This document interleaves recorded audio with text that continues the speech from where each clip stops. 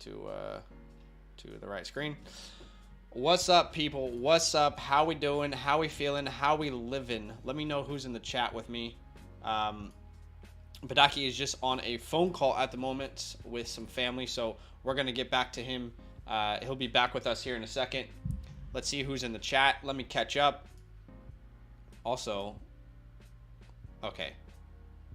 I'm just making sure that I've done this properly for us. All right, it's only our second week doing these 2023 rookie mock drafts, so bear with us as we work through all or any kinks. But I'm going to catch up with the chat. Just so you guys know, we will be doing a 2023 rookie mock draft. Badake and myself will be going back and forth. If you can do us a huge favor and drop a like on this video. Every time you drop a like, it does help the stream. You like that? You like that? Do you like that? For Kirk Cousins, I can see someone just dropped a like or subscribe right now. So thank you so much for the love. That is the easiest way to support the channel, is to like the video and subscribe. I'm going to catch up with a couple comments here. Shane says, what's everyone doing with Najee? Right now he sticks. I think that means sucks maybe. And so does that offense. Superflex contract league. My other RBs are JT with 2 years left and Hall with 4 years left. We talked about this a little bit in a video we just recorded today, but for me, Najee is just kind of a hold. I'm not selling him low. I'm just holding at this point in Dynasty. What's up, Cameron?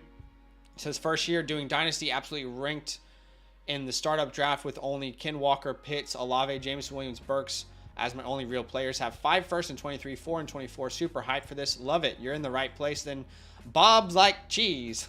I have 2 top 3 23 picks. I'm going Bijan with my first. Should I pick Gibbs with the other pick? We'll talk about that in a second.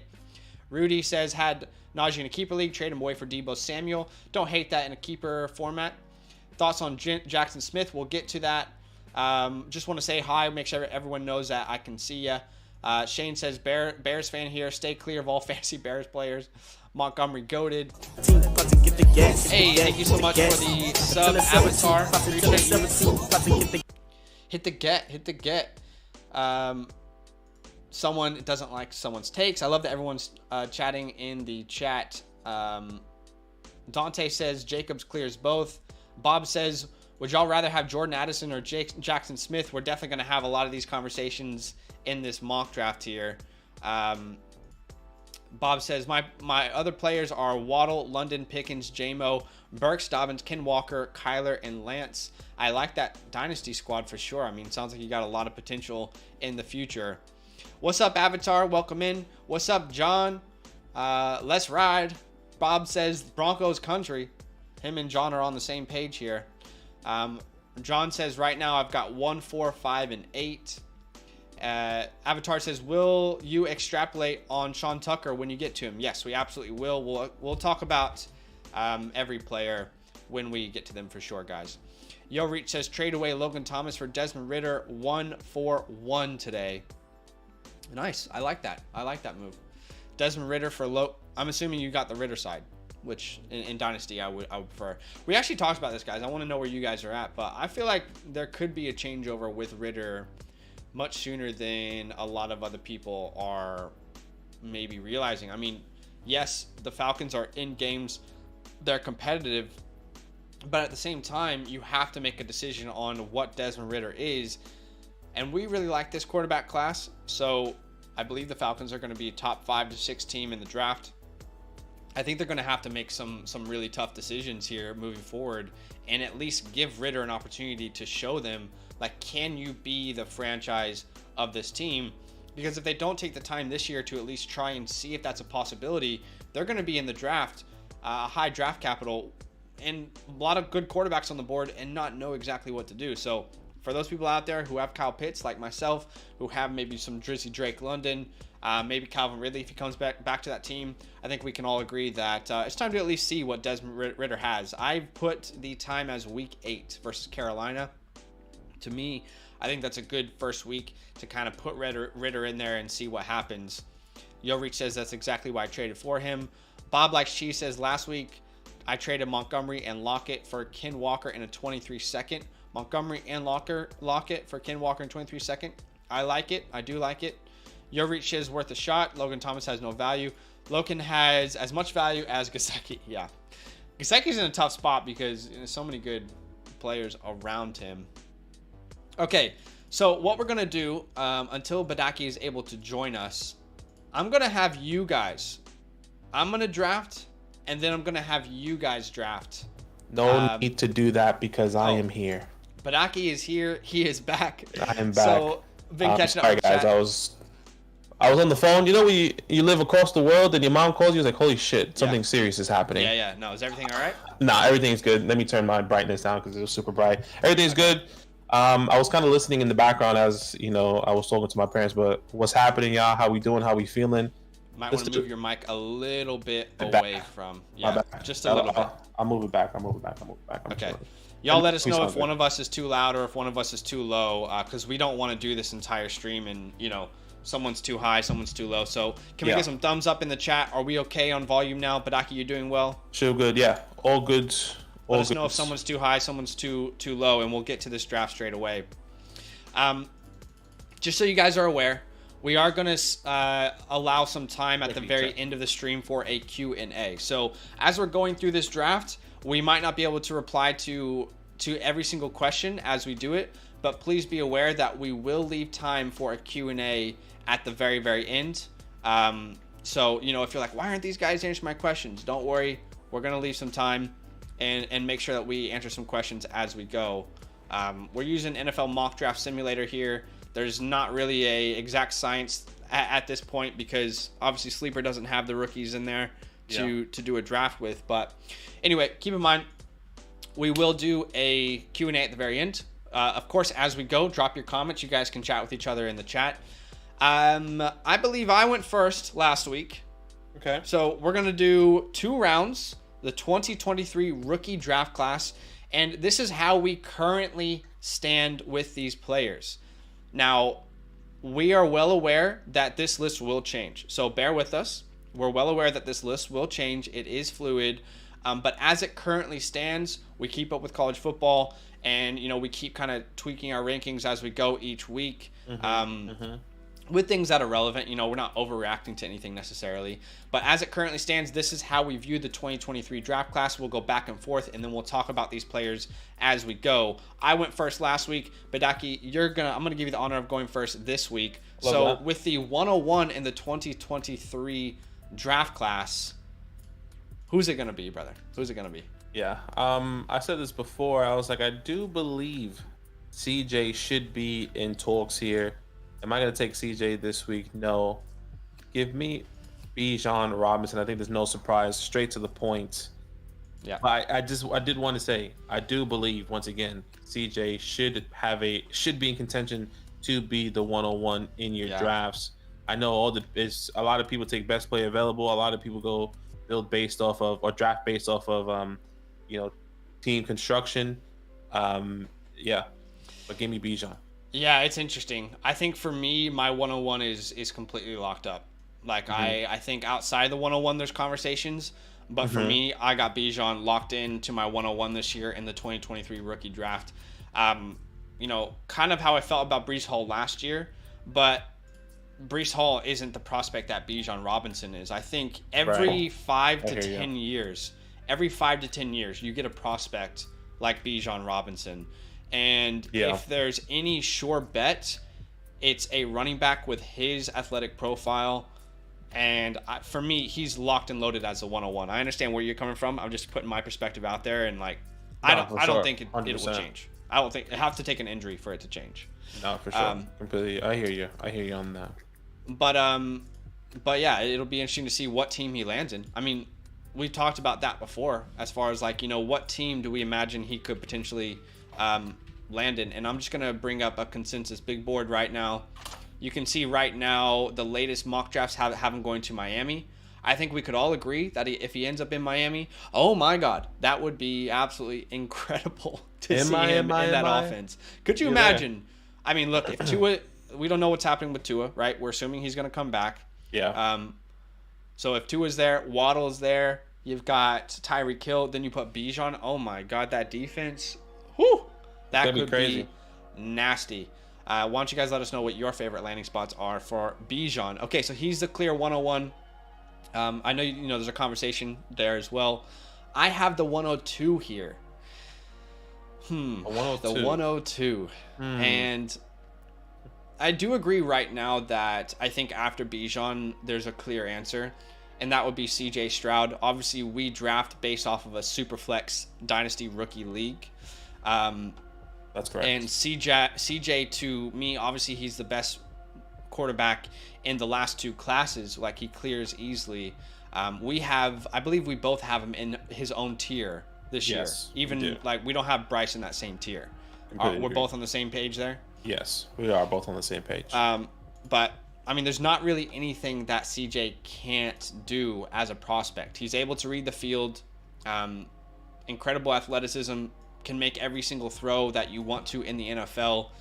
And I understand there's always some concern around Ohio State quarterbacks, but can I encourage everyone, you've heard it before, scout the player, don't scout the helmet. So in a Superflex league, CJ to me is a quarterback that I think can truly be a franchise quarterback.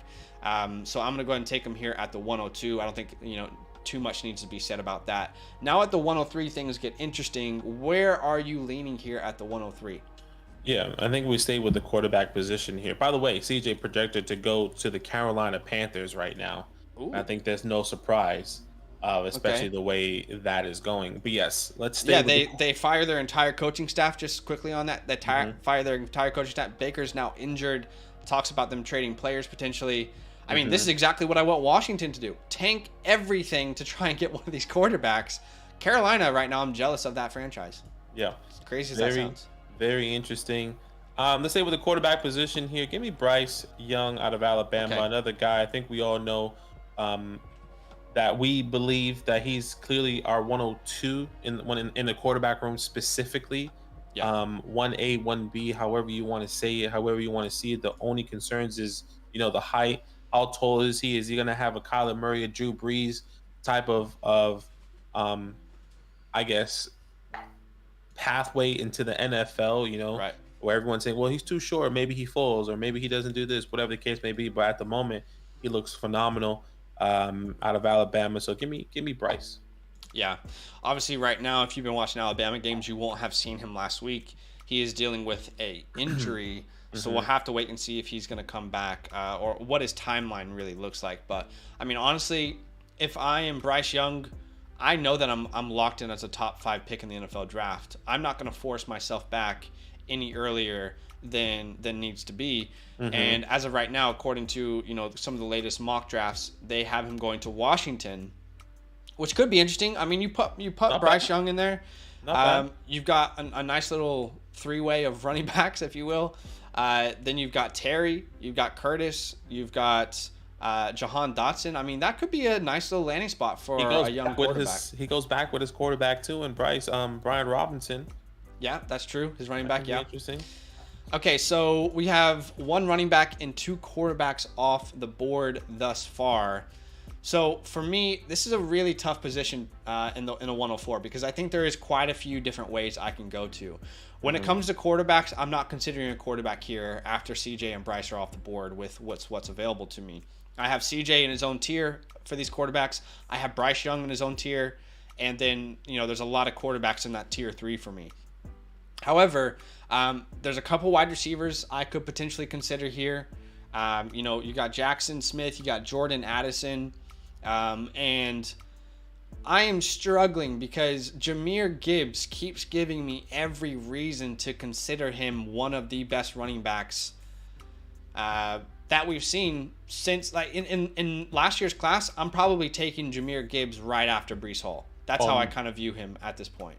Oh, so you wait right after Breece. So you think Breece is better than Jahmyr? I think Breece is a better prospect, yeah. Okay. I mean, at the moment for me, I would say it's Jahmyr. But anything, I mean, we'll see.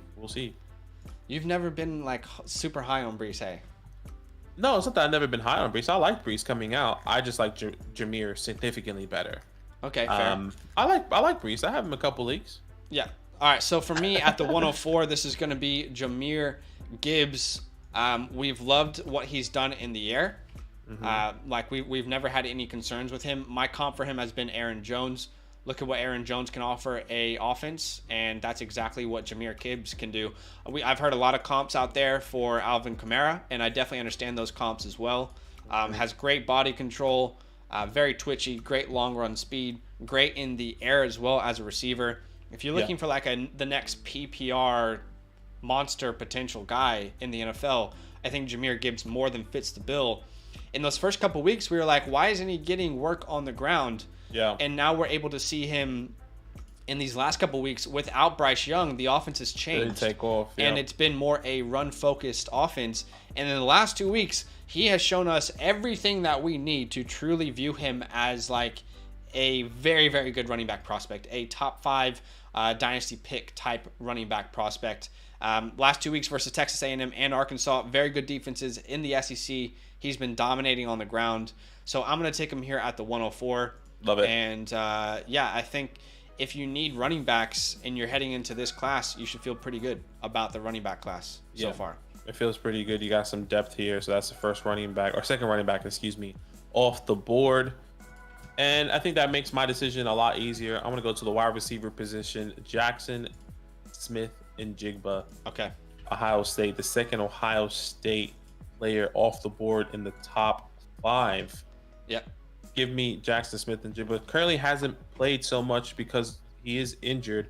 Yeah. But I said this before, and I'll say it again. Even if he doesn't play another snap right now, I still believe he is going to go, top 10, top 15 in the actual NFL draft, and should be drafted within the top 10 or top 5, or however you want to see it in your rookie mock drafts. Phenomenal, 6'1", 200 pounds. I think he gets better and better every single time he's on the field.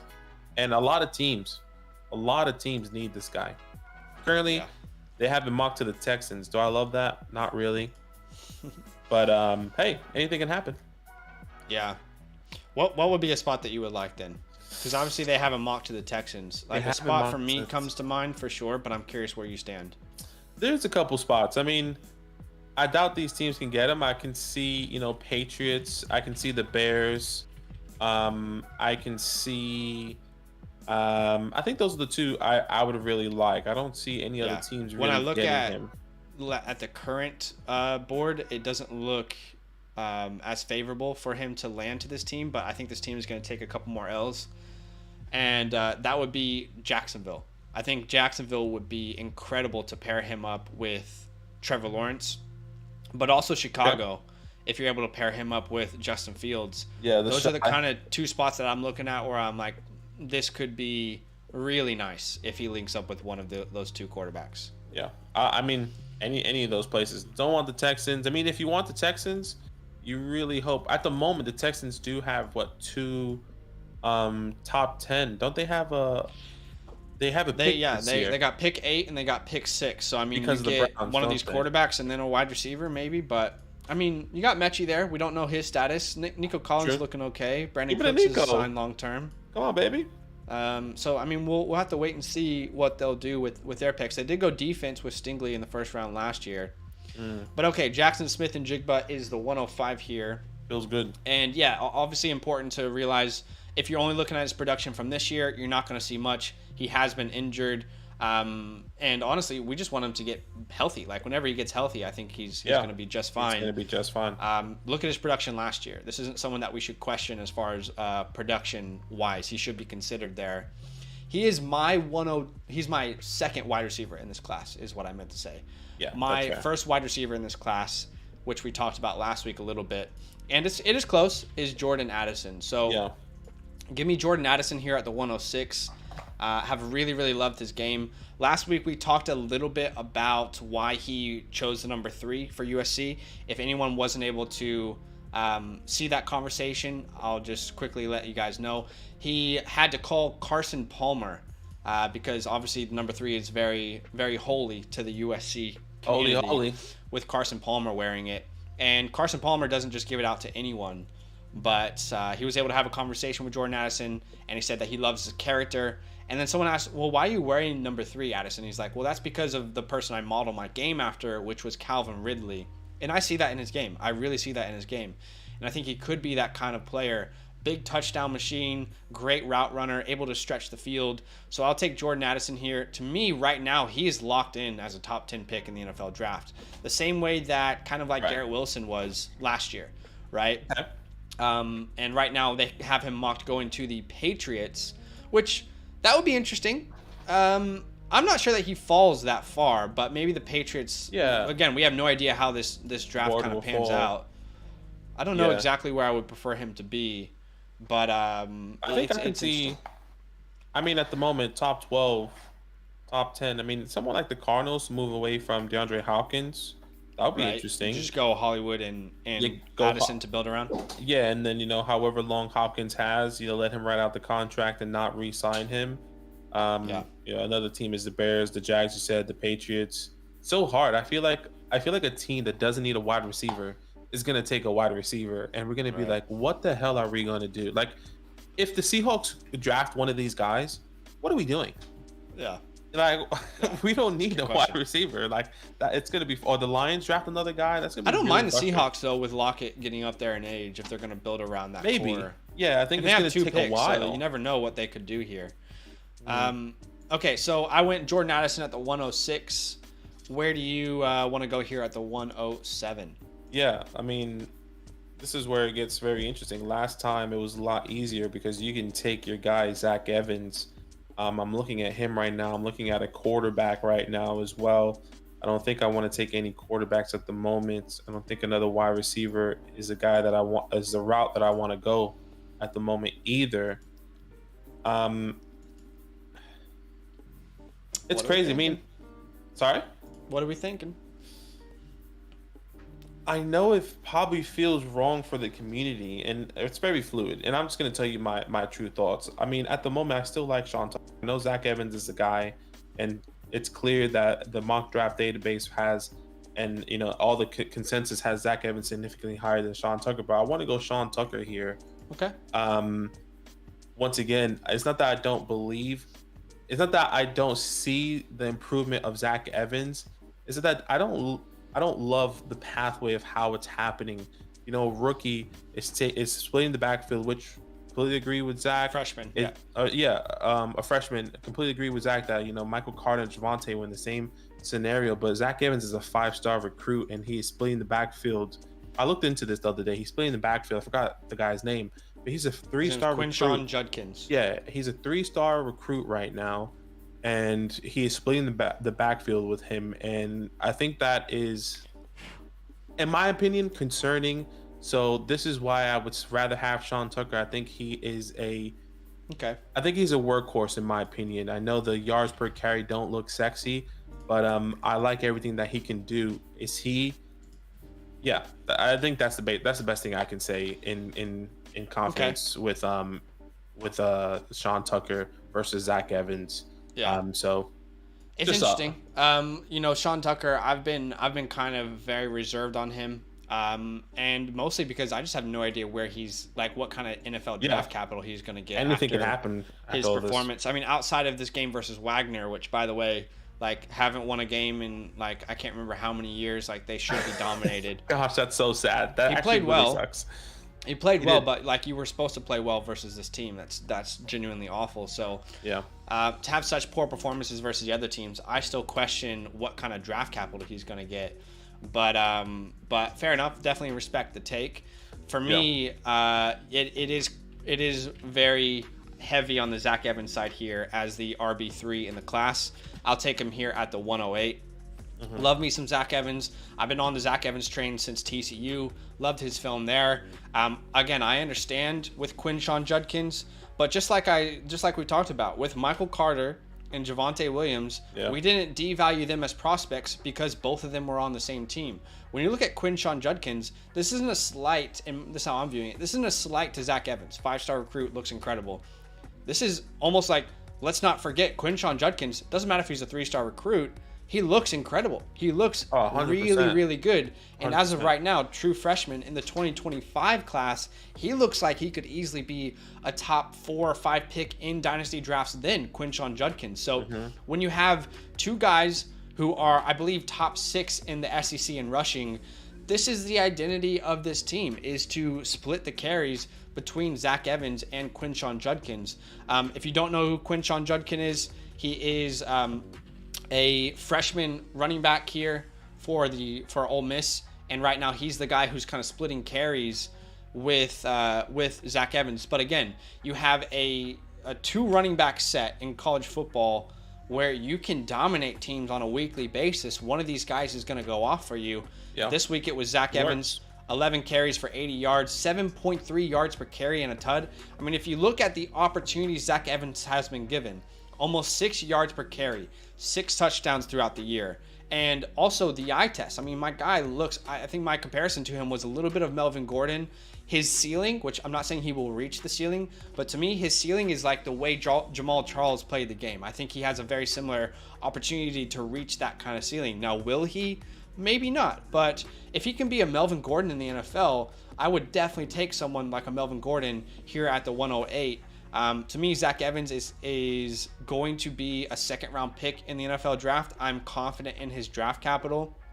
I understand that some people might want him to get 20 carries a game, but if this team, which by the way is currently ranked, if I'm not mistaken, I think they're ranked as a top 10 team in nationally, if it's working for them and they have 2 running backs who are dominating their offense, why wouldn't they do that? I mean, just because he's a freshman. I mean, if he's going to give your team the best chance to win, just like North Carolina, Javonte and Michael Carter gave their team a best chance to win, I think it makes sense. Javonte Williams split with Michael Carter. He was still a second-round pick. I believe Zach Evans is going to be a second-round pick, one of those early, maybe a guy that people trade up for at day 2, pick 36. Maybe someone trades up and goes to get Zach Evans. Right now, Zach Evans is currently being mocked to. They don't have a mock to him, unfortunately. But if I look at the NFL draft, I mean, I'm thinking second-round pick. Like, for example, Atlanta in the second round, I think could be really, really interesting if he lands in a team like that. They currently have Zach Evans in the 3rd round in this tankathon, and it's not accurate. 77 in the 3rd round to the Dolphins, which... Okay. So, I mean, there's going to be a lot of teams who are, players who are mocked to these teams who are running back needy. But for me, Zach Evans, I love him as a prospect. I understand the concerns about his workload. But again, I don't think we should take something away from Zach Evans because Quinshon Judkins has been incredible. For sure. It's just it's very interesting, the whole situation. That's why, I'm not knocking him on that. It's very, I have no idea what that looks like for Zach Evans. I think, Michael Carter, I think in this scenario of Michael Carter, I guess just to close it for my closing thoughts, and then I guess maybe, whatever the case may be. Sure. Or you can rebuttal. But my closing thoughts, Michael Carter and Javonte kind of came up at the same time where, if this was, Bijan was what, a 4 or 5-star recruit. If a rookie for Bijan came in and he was also going off, why is Bijan still getting the opportunity when clearly he is the better? I mean, maybe that's extreme. Because Bijan is completely different. Bijan is a completely different prospect to Zach Evans. Bijan is a running back who you get once in a decade. He is the Saquon Barkley of this next decade. Do you know what I mean? He's not fair. Bijan, we can't compare Bijan with Zach Evans or Bijan with Brees or this is truly a generational prospect. That's fair. And again, I see someone in the chat who's saying Zach Evans is losing carries as a 3-star freshman. You guys should actually go look up Quinshon Judkins' backstory. It's very, very interesting. And I can't remember the head coach there. I'm trying to remember his name. It's slipping my mind right now. But he's a very good recruiter. Yeah. Okay. He's a very good recruiter, and I think he found an absolute diamond in the rough. Just because someone isn't ranked as a 4 or 5-star recruit doesn't mean they're not a good player. Lane Kiffin, thank you, Nathan. Lane Kiffin is an incredible recruiter. You guys should definitely go look up the story of Quinshon Judkins. What I'm trying to say is Quinshon Judkins in 2025 will be in the top 4 here. He'll be in the top 4 or 5. He is truly looking like a first or edge of second round running back in the NFL draft right now. Yeah. And with this team, I think it makes sense for them to have that dual threat. So I understand people will be on different sides, but just to explain where I'm coming from. I agree. Again, Zach Evans to me, look around the Kenneth Walker last year. I'm kind of like, that's where I view him, like a Kenneth Walker type prospect, NFL draft capital wise, and what he can offer a team. Okay, that's fair. All right, so you went Sean. I went Sean Tucker, Zach Evans out number now. Okay, so I'm looking at some of these guys. I think I'm gonna go one more spot before taking the guy that I really want to take. Okay. I'm gonna go with the wide receiver, Kayshon Booty. Yeah. Nice. I think finally got in the end zone. He's finally got in the end zone. He finally. It's still not like, oh my gosh, he did something amazing. Right. It was just like he scored a touchdown. Like he scored a 5 or something yard touchdown. Like he didn't have an amazing production. He had 6 receptions for 33 yards and a touchdown. They did lose to Tennessee, but I mean the talent once again before this year, just like Zach was talking about with Jackson Smith and Jigba, all that the production is there. Yeah. Right. And like we've seen him work. We've seen him do some good things.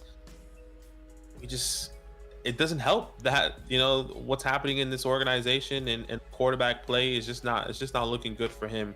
So but the talent is there. Yeah, I keep saying this. You put Kayshon Boutte on the Trojans. You put him in USC. You put him on Ohio State. He's probably the first wide receiver drafted. That's the way I view him as a prospect. And yes, 2022 stats don't look good, but like you said, Jaden McDaniels, not the quarterback that can help produce a wide receiver one or good wide receiver numbers. Let's take a look at 2021. Again, keep in mind we played 6 games. In 6 games, he had 38 receptions for 509 yards and 9 touchdowns. Mm-hmm. So don't just look at this year. What I will say is what's concerning to me is more the body language than anything. Yeah, the body language hasn't changed. Yeah. It hasn't gotten better. I mean, if you were potentially a top 5 pick or a top 10 pick in the NFL draft and probably literally the best prospect in your class, and now you're just irrelevant, I would be upset as well. Yeah, exactly. And that's why I'm giving him the benefit of the doubt. Like, I don't know how I would react in that scenario either. You would hope that, it doesn't impact his draft capital. But again, like, scouts are looking for a reason to doubt you. They're looking for any reason. If there's one reason, they're like, all right, we're off. This guy's off our board. Yeah. I think he's going to have an incredible career in the NFL, and someone's probably going to get a steal if he falls in the NFL draft. As of right now, he is currently being mocked to no one, but they have him as an 18th ranked player in the draft. So around the Tampa Bay, the Chargers, the Jets area, the Colts. Colts could be interesting. In this Tankathon one, they have him going to the Bears. Okay. Can you send me that mock draft that you're using as well so I can show people? Yeah. Here, just on Facebook. On Facebook, yeah, I'll send it to you. But I like the pick there, by the way. Kayshon Boutte at 109. I really like it. If Zach Evans wasn't on the board, he would have probably been my pick there. Your next pick. That's fair. All right, so I'm at the 110 here. Mm-hmm. And the 110 is interesting because there's so many players here that I want. I mean, I want so many of the guys on the board. There's 3 quarterbacks I could choose here. 3 quarterbacks I could choose here. I'm listening. So I'm going to wait. Okay. And I'm going to go with a wide receiver that I think has finally, like, very similar to Kayshon Boutte. Loved his tape. Loved what he was able to do. Love him as a prospect. I'm spelling his name wrong, apparently. Where is he? Am I not spelling his name right? Quentin Johnston? Quentin? Johnston. Okay, I was like, why am I not getting it? Quentin Johnston is going to be my pick here at the 110. Just like Kayshon Boutte, different players, right? Like different body types. But someone who is in a system that isn't favorable for production for a wide receiver. But we love him as a prospect.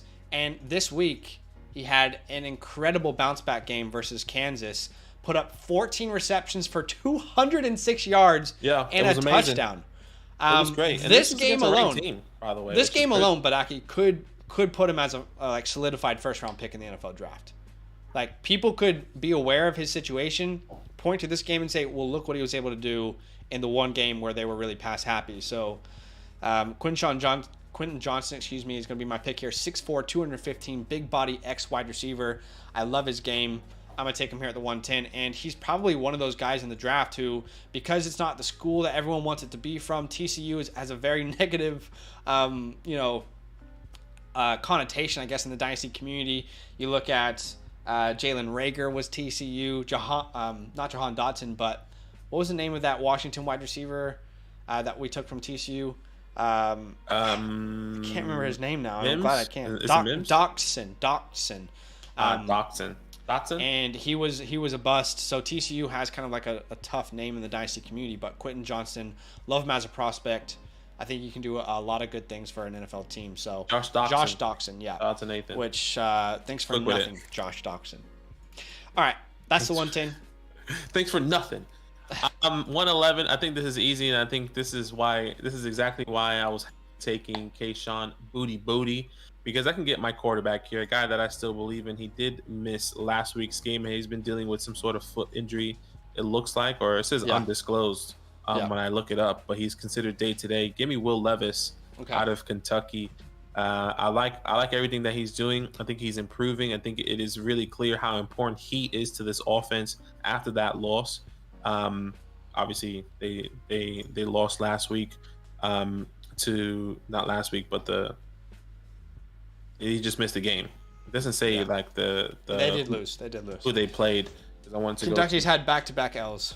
Yeah, but everything that Will Levis has done, everything that he's doing, I really like. I do believe he's an NFL caliber quarterback. I do believe he has the arm and the talent, all the tangibles to make the throws and to progress. Pocket presence is something that he needs to improve on.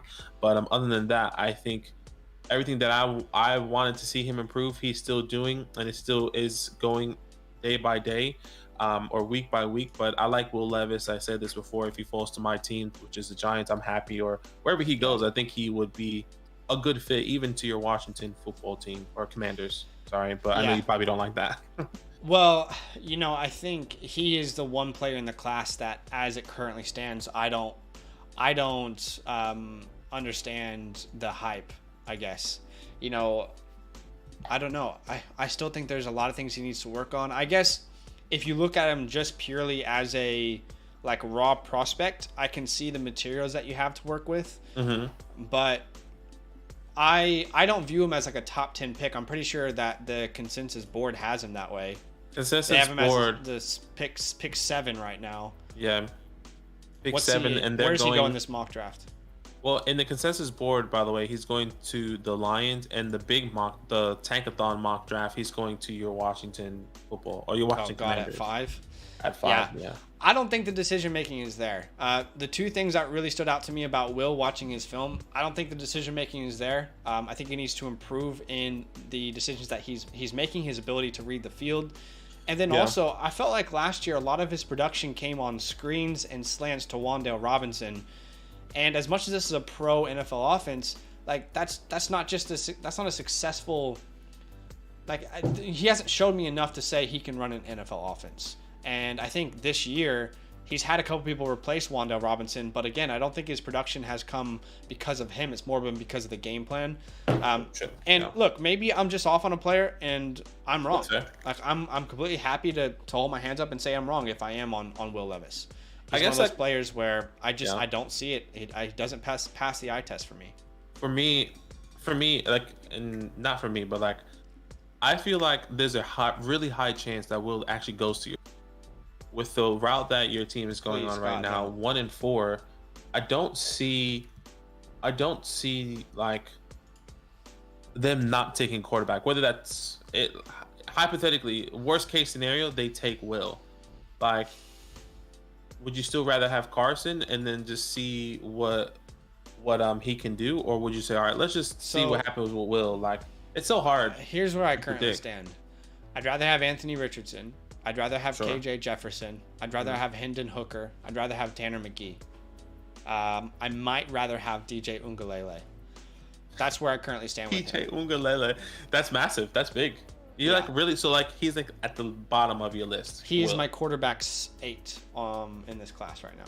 Okay. But he's probably quarterback 7. I would put him ahead of Tanner McGee, but he's probably quarterback 7. Okay. And again, every year or so there is one player where I just don't I don't match with the consensus. And this is one of those guys. So I think last year was James Cook. This year it's Will Levis. I don't know. I mean, I could be wrong. I'm happy to hold my hands up if I'm wrong. But the main essentials, again, like as a body, everything's there. 6'3", 230, relatively athletic. But outside of that, decision-making, IQ, ability to process the play in real time, make the right decisions. Outside of scripted plays with screens and slants, I don't personally see it right now. So let's see. I could definitely be wrong. See what happens. I got the 12 here. The 112. The 112. The turn here. And technically, you should have back-to-back picks, so maybe you should go back-to-back. That's not how it works in Dynasty. I know. Remember, it's linear, not snake. It is linear. That's crazy. Sorry. Continue. So here I am looking at a quarterback for sure. Okay. I think there's going to be a couple quarterbacks that go off the board. Okay. Anthony Richardson is there. I've been really excited about Anthony Richardson for a while, but I'm not seeing at the moment the progression needed to really consider him a solidified first-round quarterback in the NFL draft. And it is almost really concerning the offense at Florida right now. It's changing. Because it's changed. It has changed completely, and they're not focusing on passing the ball almost at all. Yeah. 14 attempts last week versus Mizzou in a competitive game. The week before, okay, granted it was a blowout, but only 10 passing attempts. I don't know that they have the confidence in Anthony Richardson to let him fling the ball around. And right now, as much as I love him as a raw prospect, I don't think there's enough on film that a franchise is going to spend a first-round pick on him. 6'4", 232, incredible athleticism. The arm strength is unquestionably there. Like, maybe the best arm as far as strength, just pure strength, in the class. Like, maybe he does have the best arm strength in the class. I think he has a good ability to read the field. Again, like, has that rushing ability. But I can't put my first-round pick as an NFL franchise right now on Anthony Richardson. That's fair. So I have at the moment, and again, this could change, have swapped to KJ Jefferson as my quarterback 3 in this class. KJ Jefferson, a name, someone I've been trying to put kind of, I guess, on the map for the last couple weeks. I brought him up in week 2 of the college football season. Yeah. Here on this stream. And I've been trying to kind of just, represent him a little bit as we go through the season. He hasn't played in the last couple games due to an injury. I think he will be back this week. And with him out of the last couple games, you've seen them struggle as a team. But he makes good decisions. He might not have the strongest arm. He might not be the most accurate quarterback. But he makes good decisions. He takes care of the ball, has a high completion percentage, is able to read the field and understand the play on the fly. Lost Treylon Burks and still is able to produce numbers this year, and is also a dual threat quarterback, can do it on the ground. Reminds me of Jalen Hurts. How a franchise was able to build, the Eagles were able to build around Jalen Hurts. You put weapons around him. The defense is really good. Run game looks solid. I think that people are looking at the way the Eagles have built around Hurts and thinking to themselves, we might be able to do that with KJ Jefferson. Will he be a first-round pick? I'm not sure, but I think he is someone who can, from this point onwards, put themselves into that conversation. Maybe it is like a early second-round pick for KJ Jefferson, but I'm willing to take a shot on him. I love his leadership. I love his ability to read the field, to make good decisions. I feel like he makes the best play with the ball every time he has a chance to do it. So I'm going to take him here with the last pick of the first round, KJ Jefferson. I'm going to keep advocating for him until he proves me otherwise. I mean, right now he's just doing everything I need him to. So no, that's fair. I'll take him there. And now you had the first pick of the second round here. I do have the first pick of the second round. By the way, they have KJ Jefferson going to the Saints in the third round. Now on this tankathon. Obviously, things can change. It could get higher. His name could get up. Yeah. But right now, KJ Jefferson to the Saints, which could be interesting. Chris Olave. I would love that landing spot. Yeah. Can I say on KJ, he's one of those names where, before the season, he wasn't even a top 6 round draft pick. So you've already seen, at least some of the mock draft community put a little bit of respect on his name. Here in mock draft database, he's currently the 79th overall player. I think even when the season ends, he could be someone almost like Zach Wilson had that rise. That he could rise into the first round. Maybe not top 10, but I think he could rise.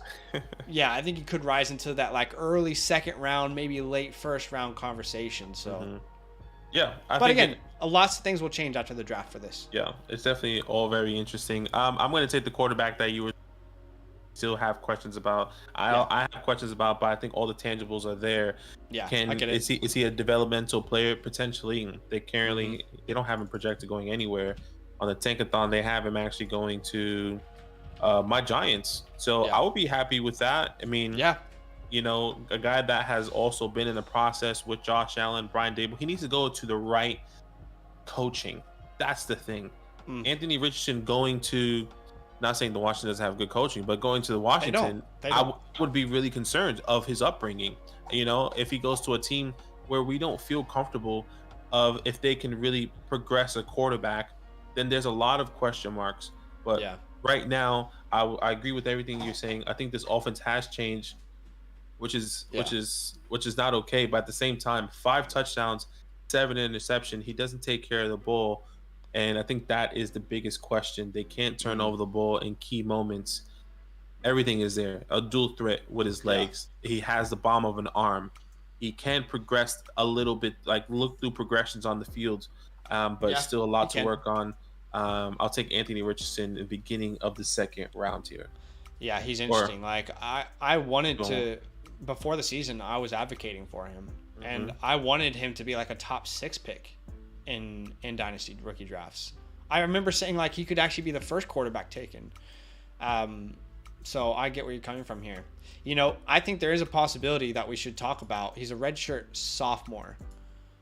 There is a chance he comes back. And he's also from Gainesville, Florida. I don't know that if you're Anthony Richardson, not that you shouldn't be proud of yourself, but I'm not sure that you're ecstatic with the way this season has gone. I also think with maybe the group, you want to come back and grow. Yeah, the group that's also that you have to compete with. CJ, Bryce. I think it's a tough group. Yeah, I mean, agreed. I know 24 is pretty good too, but yeah. I mean, CJ, Bryce, Will, obviously Anthony, Tyler Van Dyke, even though he hasn't been performing, KJ, Hendon, like there's 7 quarterbacks at the moment that all look really decent. That could be starting quarterbacks in the NFL right now. And at the moment, 2024, the only 2 names we can name is, at the moment for me, Caleb Williams and Anthony Richardson, unless there's some other people that could be coming up in 2024. That list is a lot bigger, to be honest. In next year's... Put Quinn Ewers in that stat as well, in that conversation as well. There's a lot of names, we just haven't focused in on them just yet, I don't think. I think next year's quarterback class is good. But I'm you're not right. I'm not saying it's not good. I'm just saying more like I was just saying more like what's going to happen. I think he has a better opportunity maybe in that draft because those guys haven't progressed outside of Caleb and Quentin at the moment. Yeah, no, I get where you're coming from, and I think there's a chance that he returns to school. Okay. There's a quarterback that I brought as one of these guys to put on the radar back in week, let me check, week 3. And that quarterback was Hendon Hooker. Oh boy. 4-star recruit. Boy. He transferred from Virginia Tech, 6'4", 218. And in week 3, I mentioned him as someone that I think we should keep an eye on. And since week 3, he has done every single thing that you need to do to put yourself on the map for NFL teams. I understand he's an older player. All right. He's a 5th-year senior, if I'm not mistaken. So I believe he's going to be 24 or 25 entering the draft. 25-year-old rookie. In other positions, I'm concerned, right? I don't want to draft a running back at that age. I don't want to draft a wide receiver at that age. But for Hendon, at the quarterback position, a position that he could still play, into his late 30s, it doesn't worry me as much. And against Florida, against LSU, against Pittsburgh, has played incredible. So far on the year, has completed 70% of his passes, has thrown 10 touchdowns, has ran for 3 more touchdowns. A true dual threat quarterback. Was anyone able in the chat? I want to know, was anyone able to watch this LSU game? Because Hendon Hooker put on an absolute show. Again, with Jalen Hyatt, another name that I added to that kind of like check out him on the radar. There's a couple bombs that he threw. One to Hyatt in the end zone where you just watch him throw the ball and you're like, that is a beautiful ball. The placement is there. The arm strength is there. The IQ to read the play, to give your wide receiver a chance. So far, and I know it's taken a while to get there, but that's what you want to see from a prospect. Like, you want to see this kind of growth as they go from year to year. This is what we would hope would happen for Anthony Richardson if he went to Florida next year. We would say, I hope he can make, the steps to kind of grow his game like this. Yeah. So Hendon Hooker, I understand he's an older player, but he's a true dual threat. I think he could step in right now and start for a team. I think if you put him in the Houston Texans right now, he's going to beat out Davis Mills and win that job. Respected in the locker room. Someone who, again, can read the field, great IQ, takes care of the ball, no interceptions this year. Find me another quarterback prospect that has 0 interceptions on the year. Dual threat guy. I'll take him here at the 202. I'll take him here at the 202 here in the second round. Do we have a he's one of those names like KJ where I'm not sure he's going to be on the board just yet. They don't even have him drafted. No, he's not in the tankathon. No, I was looking for it as you were doing that. According to the consensus, is he on the consensus yet? Okay, this is great. Yeah, he's currently a top 100 player. I don't know if you remember, Badake, when I brought him up in week 3, I believe he was in the 300s. Oh gosh, he was somewhere around here. He's going to the Giants. I would much rather Washington draft a quarterback in the 2nd or 3rd round and it be Hendon Hooker than Will Levis in the 1st. So yeah, I mean, they have him to the Giants. I would obviously be excited for you, but upset because I don't want him to go to the NFC East. But I really like Hendon Hooker. I think he's a name we should all be watching out for. Yeah. And by the way, they have a huge matchup this week. If I'm not mistaken, they face Alabama. They do. So they face Alabama this week. It's number 6 Tennessee versus number 3 Alabama. This will be the college football game of the week. And if Hendon Hooker, right here, if Hendon Hooker is able to beat Alabama, he will officially be in the first round conversation. Right now, he's not because he struggled at Virginia Tech, right? Took him a while to kind of figure out his game, to really be confident in himself. Even if he's able to make this a competitive game, or he's not the reason they lose the game, I think he'll be in that second round, kind of like KJ Jefferson, end of second round conversation officially. Okay. So, huge game. There's not a bigger matchup that you could think of. Yeah, look, he's definitely up there. It's interesting. I mean, he's getting whatchamacallit, mocked to my Giants. Hopefully he is something special. Anything can happen in the draft. I'm going to go to... I've been thinking about this. Thinking about it hard. I think I'm going to go to... This is tough. I think there's some answers for sure. There is some answers. I'm looking at a wide receiver, but I'm also looking at running backs. Yeah. And I think we should put him on the map. I think I liked him. I thought he was very decent. Maybe this may be too early. What's this? A 203, 202? Mm-hmm. Right? This is a 203. 203. I'll take the chance. I think we should have a conversation. Let's go with Blake. Okay. Yeah. I don't hate it. Blake Crumb. I like to call him Crumb. I call him Crumb because I can't say names and I butcher it. So I'm just gonna call him Blake Crumb. Well, if you call him that, then every single video we make this year, people are gonna correct you in the comments. I know. Everything that he's doing is fantastic. Yeah. He is running the ball. They're giving him the opportunity. He is having crazy, crazy long runs. Can he be, the way I'm seeing this is a smaller, the way he runs reminds me of Dameon Pierce. Okay. And maybe that's not the best comp, but 25 attempts this past game, 124 yards. I mean, look at it. the yards per carry 6.2, 118 touches already, nearly 1,000 yards, or 300 yards short of 1,000 yards in the last 6 games. Yeah. I think it's great what he's doing, having massive breakout runs. He runs strong, he runs fast, and I like everything he's doing. I think this could be a good, a good complimentary guy to come in and take over a backfield. I mean, Blake and Damian, two-headed monster. Yeah. I think that could be something like that in Houston. I think Blake is interesting. I like this pick. I don't hate this pick here at the 203. There's one running back I still have over Blake, but he has moved up my board, so I'm kind of with you here. I like the running back who I think you're going to take as well. Yeah. Well, let's talk about Blake a little bit more. He's at 112 here. Let's see, did he go in this tankathon? He did not. He did not go. So there was a couple running backs in this class that I was really worried about, specifically because of their size. Devin Kane, Deuce Vaughn, and Blake Corum. Those were the three guys that I was worried about because of their size. And as we talked about those three, my conversation was, because Blake at least has like the beefy side, like he's not tall, but he's still 210. So because he has that appeal, whereas Devin Kane's like 180, Deuce Vaughn's like 5'6", like 170, maybe 185, 190, I can't remember.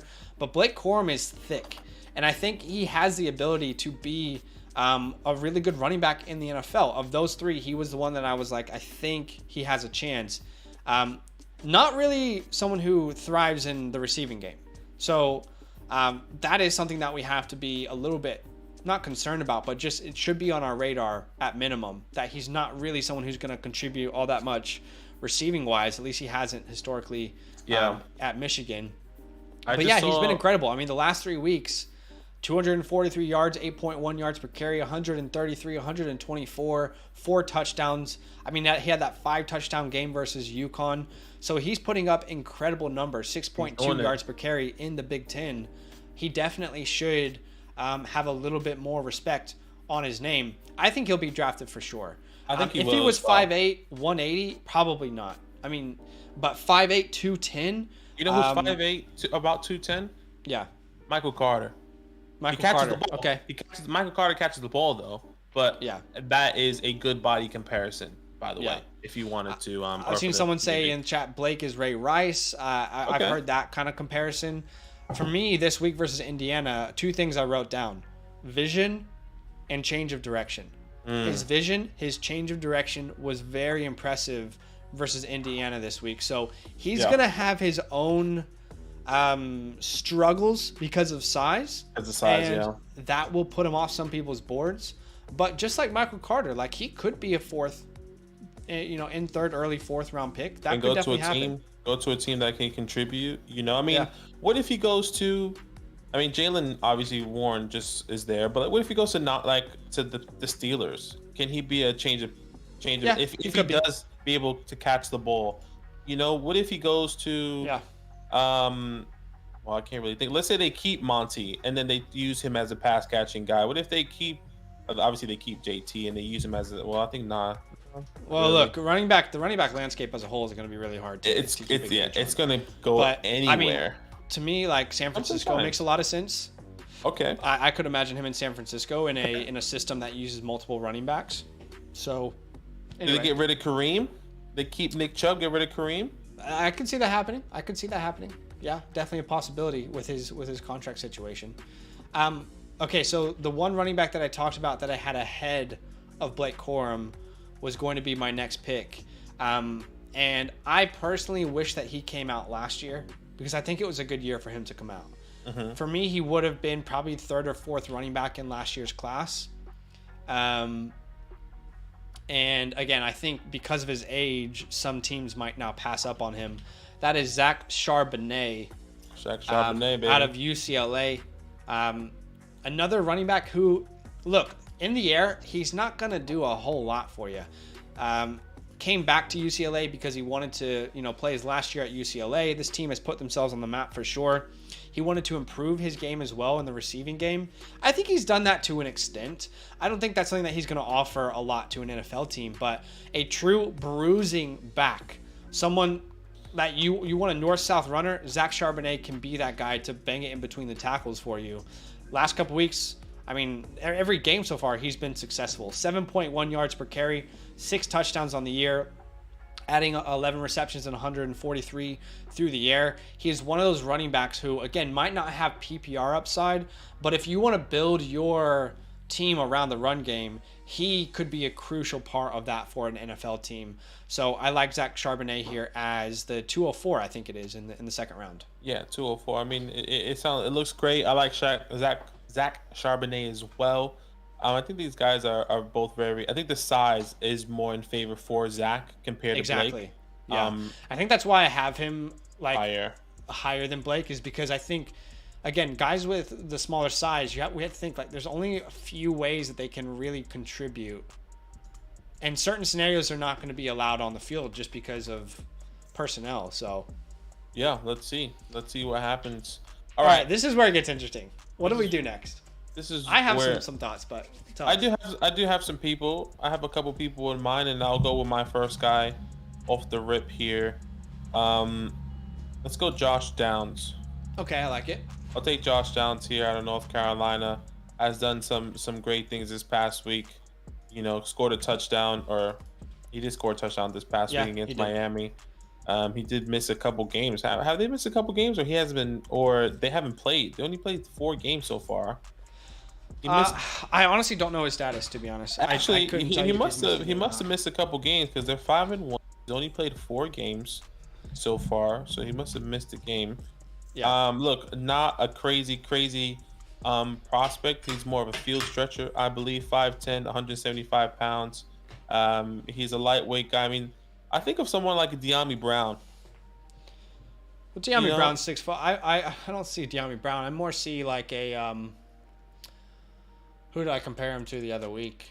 Not like Henry Ruggs, but kind of like smaller, that ability to stretch the field for a team. Mm-hmm. Hollywood Brown-esque a little bit. Hollywood, I think, had a little bit more weight to him, but he's around the same size.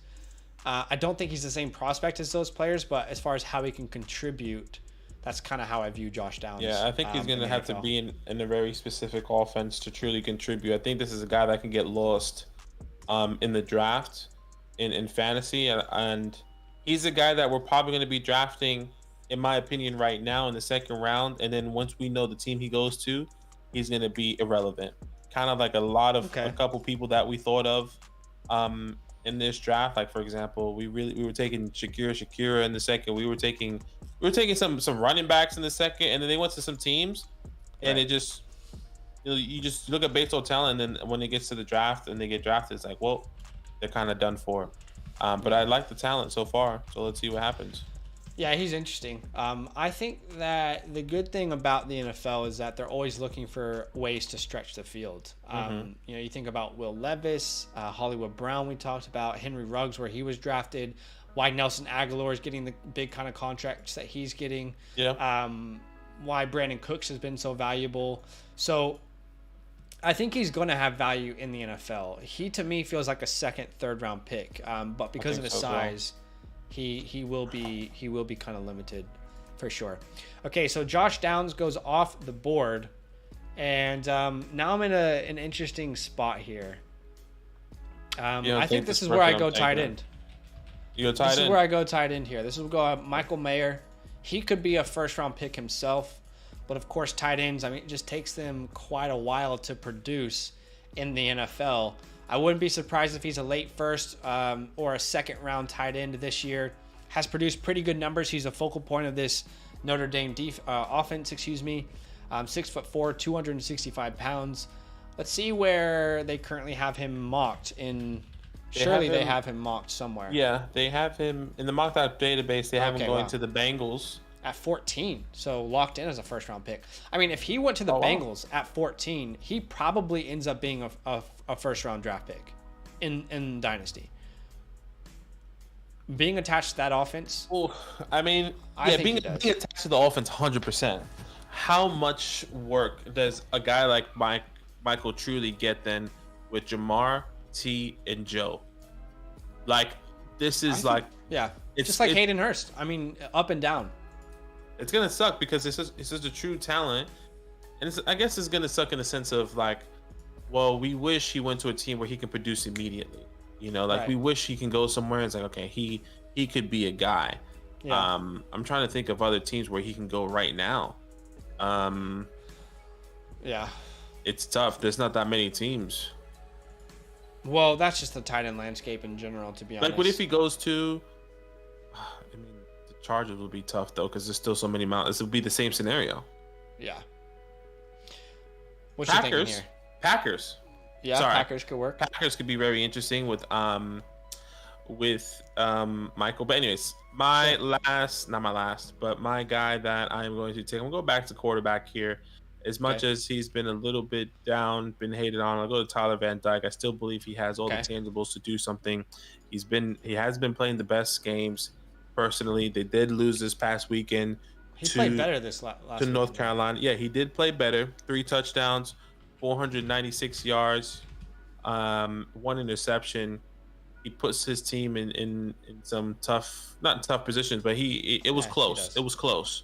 But I still think it's there. He's gonna struggle, but it's there, in my opinion. I don't know what he has to clean up. Well, there's things he has to clean up.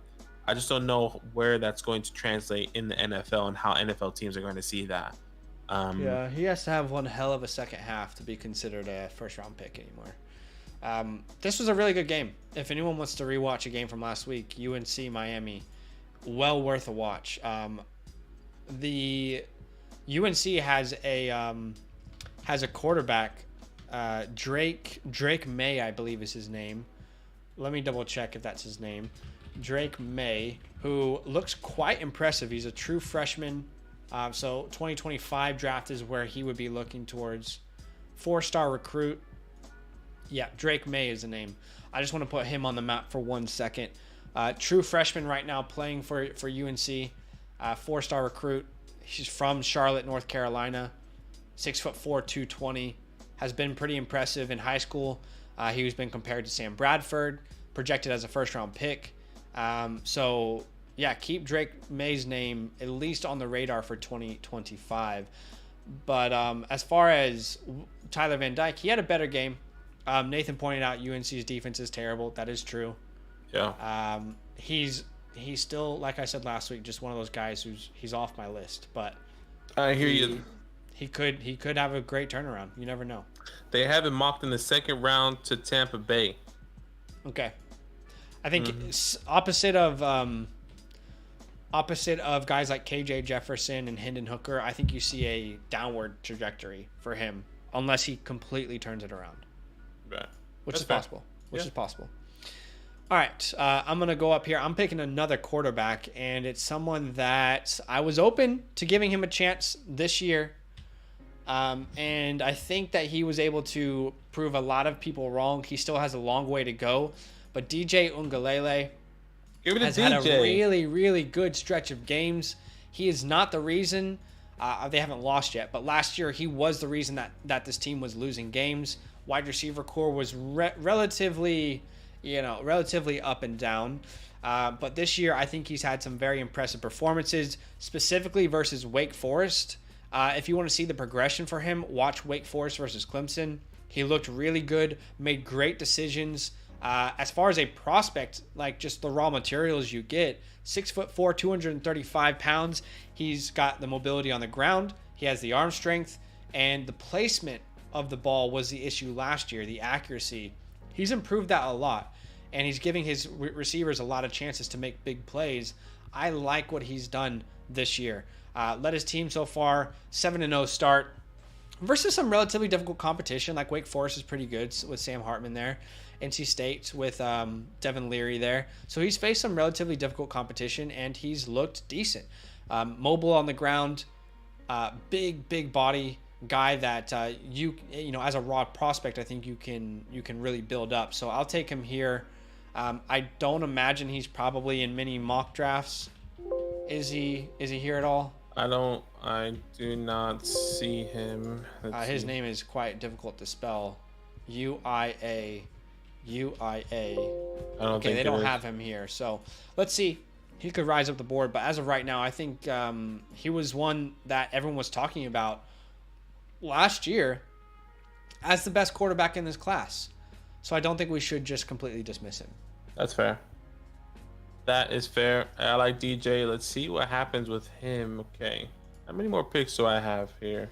We have 1, 2, 3, 4 more picks. So we have 2 each. 2 each. Okay. DJ. This is where I really don't know where to go. I'll be completely honest with you. That's fair. I have no idea. We haven't even gone this deep. I'm looking Still got at a couple guys on my list, but I get where you're coming from. It gets more murky here for sure. Yeah, I'm looking at guys like I don't want to take Tank here. I'm looking at guys. Not a bad idea. I thought about it, but just hasn't been doing well, to be honest, man. Yeah. And I don't see him going in the second round. I guess we can go Tank. We can talk about let's talk about him. So let me take him here. Let's talk about Tank, a guy that I really liked coming into this season early. Like I said, he was a tank. He's a big, strong guy, 6 foot, 213 pounds. He can run the ball hard. He keeps his legs turning, but it just hasn't been there for him. He's been he's just hasn't been there. Just hasn't been there at all. And maybe it's because of the teams that they have been playing, to be completely honest, the past 2 games, LSU and then Georgia, where they shut out. So maybe they weren't necessarily going to run the ball with him often for the past 2 weeks. But early in the season, they did win. If you go even the first week, 16 carries, 141 yards. You saw some great things there. But when you get to these harder teams, competition was terrible though. Competition, it gets really, really hard. So I like Tank. I like everything he can do. Let's see if he can have a better second half, to be completely honest, and see where he lands and they play Ole Miss next week, which doesn't feel like another great game for him. Let's see if they have him going anywhere. Tank. Yeah, Tank and Will Levis were like the 2 players this year that I just didn't see eye to eye with the rest of the hype, like, of the community. I believe coming into the season he was my RB8. He's right now my RB7. I think he was like my 7 or 6 or something like that at the time. Yeah. And the film that I reviewed, I just saw just a slow player, big body, but there's really no second gear. The acceleration isn't impressive, not very twitchy. Gets to his long run speed quickly, but it's not very there's no way this guy's a home run hitter in the NFL. He's not outrunning cornerbacks. I don't know. I view him as like the same way a lot of people were hyping up Zamir White coming into the year. Maybe he'll get that kind of hype because similar body, similar way they could be used in the NFL. I mean, good prospect as far as like just what their body looks like, but I don't know. I don't see it personally. Yeah, that's fair. But all right, I'm gonna take a running back with my next pick, and this is more of like what the hell are we doing with this player in the NFL? And that's Devin Akane. I know a lot of people are really high on Devin Akane. M&A train. Probably, and I think we can both agree, this is the fastest player in college football, right? I mean, I don't think there's a faster player in college football right now. 100%. Every time he steps on the field, it's like, okay, this guy is the fastest man on the field. The issue is, because I know a lot of people have Devin Akane in the first round, the issue is with his body type, again, 5'9", 185. I don't think he's even 185. But at 5'9", 185, how many ways can he be used in the NFL? Right? Like, at best, he's a really good third down running back and a kick returner. But at 5'9", 180, you think that kind of player is running in between the tackles in the NFL? No, he's just not. And even as he's become the guy this year, you can see a couple games where he's really struggled if he hasn't had a breakaway run. 2.3 yards per carry, 3.9 versus Alabama. Yeah. So he's twitchy. If he's sent to the right system and he's using creative ways, I can see how he can succeed. But his ability to be this multi-dimensional player in the NFL is very limited. Again, fastest player in the class probably, but I don't see how he's used in the NFL. So that's why he's been pretty much off my board. And I'll take him here at the end of the second round. That's fair. Yeah, Devin A. train. Let's see what he can do. He is fast. If he can I don't know. I always said, I mean, does he still running? Then maybe he could focus on football a little bit more and then continue Yeah. going to the next level. Maybe he can be something special. Yeah. My last pick of this draft, and I am going to talk about a guy that I still like, and that's Tanner McGee. Okay. Yeah, Quarterback. I like it. Projected to go to the Colts right now. I said he is a great game manager. He can beat you. He's not going to beat you with his leg. He's going to beat you with his mind. He has the arm, the accuracy, and all above. He has all the tangibles. He's just on Stanford, who he doesn't have any weapons. He's been struggling. They've been playing some really decent teams, and he's trying to keep his team in the, in contention, but it just hasn't been working for him, Yeah. So he has it all there. 6'6", 230 pounds right now. He plays Notre Dame this week. They played Oregon, USC, and then Washington, who they played. I mean, they haven't won a game, but it's tough. It's been tough. They beat the first week. I think that's Collegiate. They beat, but yeah. I mean, the hard thing with Tanner McGee, like we said last year or coming into the season, is he probably, of any quarterback in this class, has the worst weapons around him, the worst supporting cast. Stanford hasn't, they've had some good years, but they historically have not been a very good recruiting school over there at the Pac-12. But wide receivers, tight ends, running backs, I mean, it's pretty rough for Tanner. So he's trying his best. I think it's impressive what he's been able to do. But, similar to Davis Mills, probably a third-round pick and has a chance to maybe be a really good backup or have a starting job. And he was, if I'm not mistaken, he played football. His freshman year, he went on a mission trip, came back. In the class that he was scouted in, he was amongst Trevor Lawrence and Justin Fields.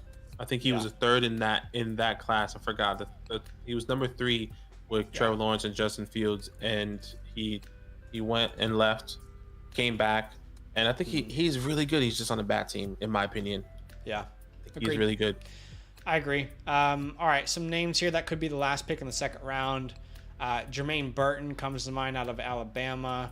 If you want to go Devin Leary, I'm just not a Devin Leary guy. That makes sense. I think Deuce Vaughn, again, one of those guys who's just kind of off my board entirely because of the size. But I want to put a spotlight on a player in particular that we haven't ever talked about. And I want to at least mention his name. Really interesting story. Originally started at Western Kentucky. Then he transferred to Illinois, where he now plays with his brother. His brother is on the defensive side of the ball. He is on the offensive side of the ball. He's a running back. His name is Chase Brown. Chase Brown I think he just does a lot of things well. And I think that's why I don't have him any higher than this. He's not one of those prospects where I'm like, man, he really stands out in this area, in his speed, in his athleticism, in his vision. But I just think he's a really solid running back, like someone who could be drafted in the 4th, maybe 5th round and contribute to a team as a rotational player. Again, we're at the end of the 2nd round, so that's not sexy, but a lot of other players haven't really solidified themselves just yet. He's a junior. He's 5'11", 205 pounds. And he's been really consistent. I mean, you even look at his games. 4.7 yards per carry, 5.2, 5.4. He's had a couple breakout games versus some average defenses, and he's getting a lot of opportunity as well. So he's a player that I think should at least be on people's radar. Again, I don't think he ends up being a 2nd-round pick or a 3rd-round pick, but I think he's someone who could potentially contribute if he goes to a depth chart that is lacking, like Algier has not had an opportunity this year, like Dameon Pierce. I'm not saying he's the same prospect as Dameon Pierce, but I at least wanted to put shine some light on his name. So as you guys can tell, the wide receiver class, outside of a couple guys, is not as deep as it was last year. Nowhere near as deep as it was last year. Would you agree? Badake? Oh, sorry, I was muted. I was agreeing with you and talking to you the whole time. Really? I was like, is this guy gonna jump in? No, so sorry. I was like, I was literally talking. The people must have watched me and just watched me move my mouth and say nothing. No, the Chase Brown, by the way, very interesting. I did see a couple highlights, a couple people talk about him. I love the story. But let's see what can happen. But yes, this wide receiver class in 2023 does feel very weak. And it feels like it's going to be, if you can't get a running back or a wide receiver, if you can't get the Jordan Addisons, the Kayvon Thibodeaux, Jackson Smith-Njigba, Jordan Addison, or the Booties, then it kind of feels like you just got to punt the wide receiver position in 2023. It feels like at the moment. But the running back positions, if you need help at running back and you did something else, if you got your wide a lot of receivers running backs this year. So, there's some opportunity. And the way the landscape of the NFL is changing, whereas it feels more like a running back by committee, to where now you just got to be okay with your running back getting 10 points, and it's going to happen unless the workload guys are coming out of nowhere. Bijan is a workload guy. He'd be like, okay, we're guaranteed points. Jameer guaranteed points. I think everyone below. For me, like the list of like real true impact dynasty running backs would be Bijan, Jameer Gibbs, Zach Evans, and then I'm kind of like on the fence with Sean Tucker and Zach Charbonnet. That's kind of where I'm like, maybe these guys contribute. I think everyone else are players that we're intrigued by at minimum. That's why we drafted them. We're intrigued by them. We want to see where they're going. You're obviously higher on Sean Tucker, so you would put him in that category for sure. But so there's at least 4 or 5 players that I think are going to be really dynasty relevant, right? Yeah. But this list is going to change, guys. It's going to change. And a name that I just wanted to add that I was considering there with the last pick, but we've drafted so many quarterbacks, is Jaren Hall, quarterback for BYU. He's kind of put this team on the map there in the Pac-12. He is rising up some draft boards. Interesting player. Let's see kind of if he gets that pre-draft hype that Zach Wilson did, but he's done pretty well. Beat Baylor in overtime, lost to Oregon, so it's been a little bit up and down, but he takes care of the ball. He's not necessarily dual threat, but he's also not like one of these super immobile quarterbacks either. I just don't think he's a franchise guy like some other people do. But why don't we leave some time now for any questions that anybody in the chat might have. So if you have any questions, why don't you guys feel free, reach out, ask any questions. We'll leave about 5 minutes here before we wrap up the stream for today. Yeah.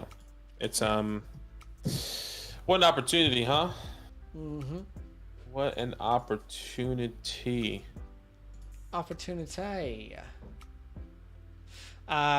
I'm seeing a question on Twitch, but we're way too late, from the Grubby Pilgrim. Sorry, bro. If you're still here, let us know, but I think you probably would have left by now. But anyway, if there are no questions, just thanks everybody for joining. Drop a like on your way out as we end the stream. Appreciate you guys. I don't think we'll do these every week. I think we should probably do them like every... What do you think? Like every couple weeks? Yeah, every couple, maybe 3 weeks, just to see how the landscape is changing. Maybe we'll have standing as we get closer and closer to the second half of the season. Maybe there'll be more talks on someone like a KJ or an Anthony or a Hendon, to where okay, like they bumped up here, and so it's gonna be interesting. But yeah, maybe every couple weeks. But it's good to have to keep the community up to date on what our thought process is and how. Let me ask you this. If there's a player that's outside of the top 6 that you think could jump into the top 6, who would you say that player would be? Will Levis. Will Levis? Okay. So Will Levis outside the top 6. For me, I would say right now that player would be Quentin Johnston. With the performance he just had. Okay. He could be considered like a top 3 wide receiver in this class by some GMs. Yeah. But anyway, that's it for us today. Huge love, guys. Thanks for hanging out. Drop a like, subscribe, and we will see you on the next stream. So, enjoy the rest of your night. Have a good one, y'all.